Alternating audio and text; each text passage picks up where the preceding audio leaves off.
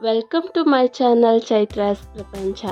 ಇವತ್ತು ನಾನು ನನ್ನ ಅತ್ತೆ ಮಾಡಿದಂಥ ಕೆಂಪು ಕಡಲೆ ಸುಕ್ಕ ಅಂದರೆ ಚೆನ್ನ ಮಸಾಲ ಸುಕ್ಕ ಹೇಗೆ ಮಾಡೋದು ಅಂತ ತೋರಿಸ್ದೆ. ವಾರದ ದಿನ ಬಂದ್ರಂತೂ ನಮ್ಮಂಥ ನಾನ್ ವೆಜ್ ತಿನ್ನೋರ್ಗಂತೂ ತಲೆ ಬಿಸಿನೇಯ. ಯಾವ ಥರ ವೆಜ್ ಅಡುಗೆ ಮಾಡೋದು ಅಂತಲೇ, ದಾಲ್ ಮಾಡಿದರೆ ಅದ್ರ ಸೈಡ್ ಡಿಶ್ ಅಂತ ಮಾಡೋದು ಅಂತಾನೆ ಟೆನ್ಷನ್. ಬೇಗ ಆಗಬೇಕು, ಆದರೆ ಟೇಸ್ಟಿಯಾಗಿ ಹೆಲ್ತಿಯಾಗಿ ಕೂಡ ಇರಬೇಕು. ಡಯಟ್ ಮಾಡೋರ್ಗಂತೂ ಈ ಸುಕ್ಕ ಬೆಸ್ಟ್. ಹಾಗಾದರೆ ಬನ್ನಿ ಕೆಂಪು ಕಡಲೆ ಸುಕ್ಕ ಹೇಗೆ ಮಾಡೋದು ಅಂತ ನೋಡುವ. ಮೊದಲು ತೊಳೆದು ನೈಟೆಲ್ಲ ನೆನೆಸಿರೋ ಅಂಥ ಕೆಂಪು ಕಡಲೆನ ಕುಕ್ಕರ್ನಲ್ಲಿ 2 ವಿಷಲ್ ತೆಗೆದು ನೀರನ್ನೆಲ್ಲ ಸ್ಟ್ರೈನ್ ಮಾಡಿ ಇಟ್ಕೊಳ್ಳಿ. ಇಲ್ಲಿ 2 ಈರುಳ್ಳಿ, 4 ಹಸಿಮೆಣಸನ್ನ ಕಟ್ ಮಾಡಿಟ್ಟಿದ್ದೆ. ಮಸಾಲ ಪೌಡರ್ಗೆ 10 ಬ್ಯಾಡ್ಗೆ ಒಣಮೆಣಸು, 1 ಚಮಚ ಬಡ ಸೋಂಪು, 3 ಚಮಚ ಧನಿಯಾ ಕಾಳು, ಇದನ್ನೆಲ್ಲ ಡ್ರೈ ರೋಸ್ಟ್ ಮಾಡಿ ಇಟ್ಕೊಳ್ಬೇಕು.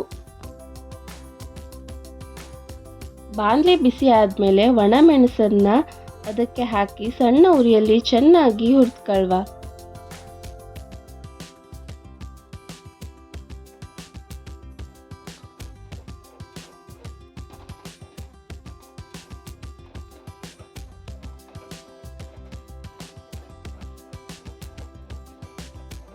ಮೆಣಸು ಕೆಂಪಾಗಿ ಬಂದಮೇಲೆ ಧನಿಯಾ ಹಾಕಲ್ವ. ಧನಿಯಾನ ಚೆನ್ನಾಗಿ ಸಣ್ಣ ಉರಿಯಲ್ಲೇ ಫ್ರೈ ಮಾಡ್ಕೊಳ್ಳಿ.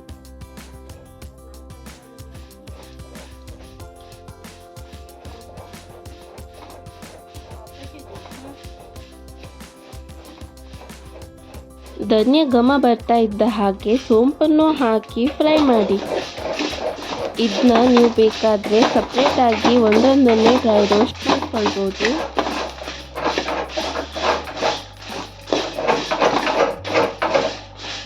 ಇದು ಈಗ ಸರಿಯಾಗಿ ಫ್ರೈ ಆಗಿದೆ. ಇದನ್ನ ತಣ್ಣಗಾಗೋಕ್ಕೆ ಬಿಡುವ. ರೂಮ್ ಟೆಂಪ್ರೇಚರ್ ಬಂದಮೇಲೆ ಮಿಕ್ಸಿ ಜಾರ್ಗೆ ಹಾಕಿ ಪೌಡರ್ ಮಾಡ್ಕೊಳ್ಳಿ.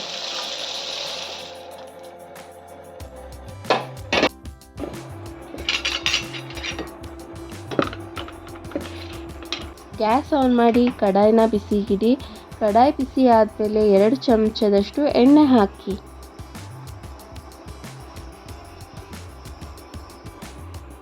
ಎಣ್ಣೆ ಕಾದ್ಮೇಲೆ 1/4 ಟೀ ಸ್ಪೂನಷ್ಟು ಸಾಸಿವೆ ಹಾಕಿ. ಸಾಸಿವೆ ಚಟಪಟ ಆದಮೇಲೆ ಕರಿಬೇವು, ಹಸಿಮೆಣಸನ್ನು ಹಾಕಿ ಫ್ರೈ ಮಾಡಿ.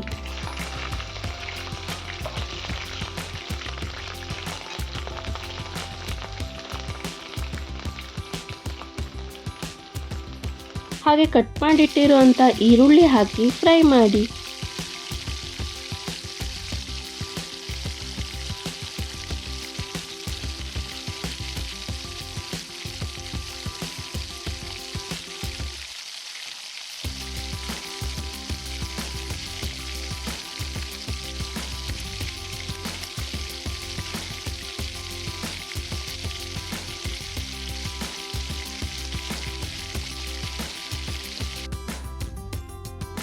ಈರುಳ್ಳಿ ಸಾಫ್ಟ್ ಆಗಲಿ. ಒಂದು ಪ್ಲೇಟ್ ಮುಚ್ಚಿಟ್ಟು 2 ನಿಮಿಷ ಕುಕ್ ಆಗಲಿ. ಕುಕ್ ಆದಮೇಲೆ ರುಚಿಗೆ ತಕ್ಕಷ್ಟು ಉಪ್ಪನ್ನು ಹಾಕಿ ಮಿಕ್ಸ್ ಮಾಡಿ.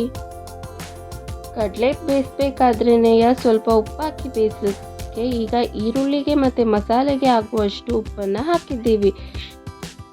ಈಗ ತುರಿದಿರುವಂಥ 1 ಕಾಯಿನ ಹಾಕಿ 3 ನಿಮಿಷ ಕಾಲ ಚೆನ್ನಾಗಿ ಫ್ರೈ ಮಾಡ್ಕೊಳ್ಳಿ.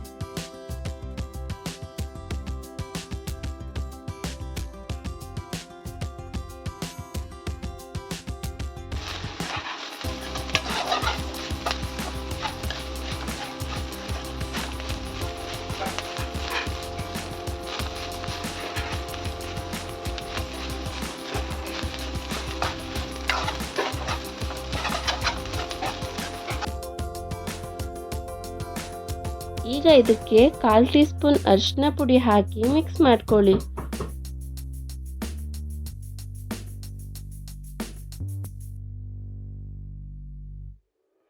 ಕಾಯಿ ಫ್ರೈ ಆದಮೇಲೆ ವಿಶಿಲ್ ತೆಗೆದಿರುವಂಥ ಕಡಲೆನ ಹಾಕಿ ಮಿಕ್ಸ್ ಮಾಡಿ.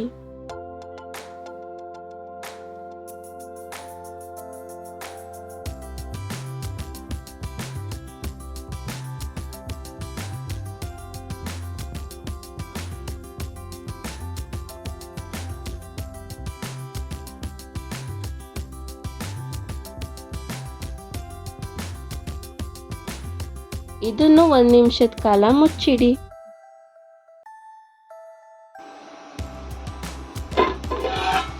ಇಲ್ಲಿ ಕಡಲೆ ಸರಿಯಾಗಿ ಫ್ರೈ ಜೊತೆ ಹೊಂದ್ಕೊಂಡಿದೆ. ಈಗ ಇದಕ್ಕೆ ಪುಡಿ ಮಾಡಿಟ್ಟಿರುವಂಥ ಪೌಡರ್ನ ಹಾಕಿ ಮಿಕ್ಸ್ ಮಾಡ್ಕೊಳ್ವ.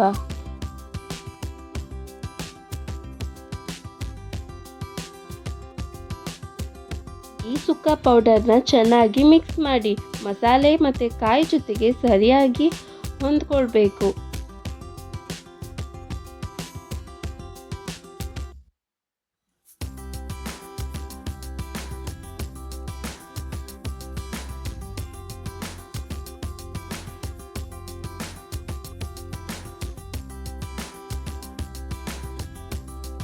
ಇದನ್ನು ಕೂಡ ಒಂದು ಪ್ಲೇಟ್ ಮುಚ್ಚಿ 1-2 ನಿಮಿಷ ಹಾಗೆ ಸಣ್ಣ ಉರಿಯಲ್ಲಿ ಇಡಿ.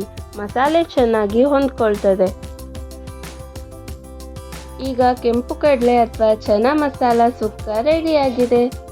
ಇದನ್ನ ನೀವು ಟ್ರೈ ಮಾಡಿ, ಹೇಗೆ ಬಂತು ಅಂತ ಕಮೆಂಟ್ ಮಾಡಿ ಹೇಳಿ. ಈ ರೆಸಿಪಿ ಇಷ್ಟ ಆದರೆ ಲೈಕ್ ಮಾಡಿ, ಶೇರ್ ಮಾಡಿ, ಸಬ್ಸ್ಕ್ರೈಬ್ ಮಾಡಿ. Thank you for watching.